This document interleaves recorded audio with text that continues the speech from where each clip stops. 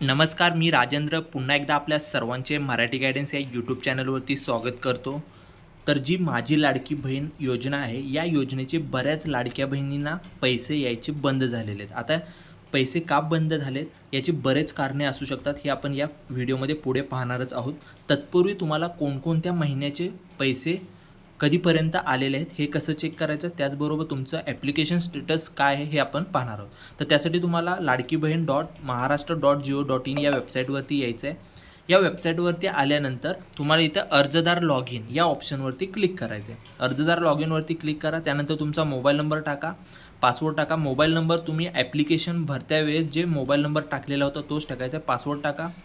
जर पासवर्ड तुम्हाला माहीत नसेल तर तुम्ही पासवर्ड रिसेट करू शकता, खाली ऑप्शन दिलेला आहे.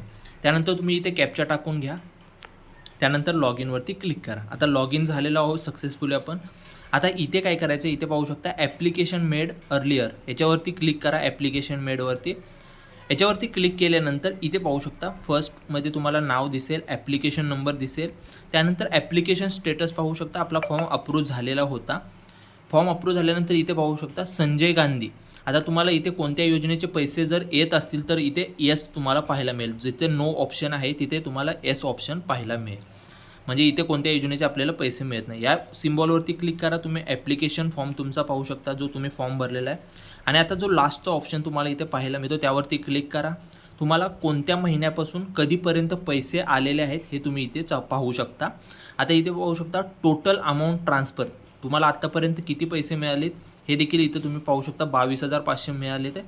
आणि तुम्हाला डिसेंबर 25 म्हणजे 31 डिसेंबर 2025पर्यंत पैसे आलेले आहेत. त्यानंतर तुम्हाला कोणत्याही प्रकारचे इथे पैसे आलेले नाहीत. तर आता ज्या लाडक्या बहिणींना पैसे आले नसतील तर त्याची काय कारणे असू शकतात, जसं की तुम्ही तुमच्या घरामध्ये 4 व्हीलर असेल नावावरती, तुम्ही इन्कम टॅक्स पे करत असाल, तुमच्या घरातलं कोणी गव्हर्नमेंटमध्ये असेल, अशी बरीच कारणे असू शकतात. किंवा जर तुम्ही KYC देखील केलेली नसेल तरी तुमचे पैसे यायचे बंद झाले असू शकतात. हे असे बरेच कारणे असू शकतात.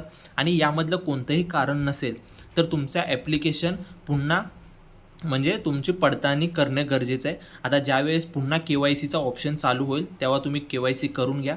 KYC चालू झाल्यानंतर आपल्या चॅनलवरती त्याचा व्हिडिओ येईलच. त्यानंतर तुम्ही KYC करू शकता व्हिडिओ पाहून. त्यासाठी व्हिडिओला लाईक करून सबस्क्राईब करून ठेवा.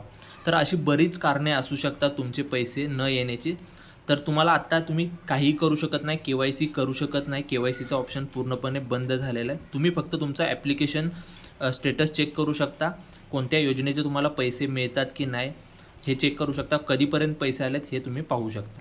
मित्रांनो, जर व्हिडिओ आवडला तर व्हिडिओला नक्की लाईक करा, चॅनलला सबस्क्राईब करून ठेवा.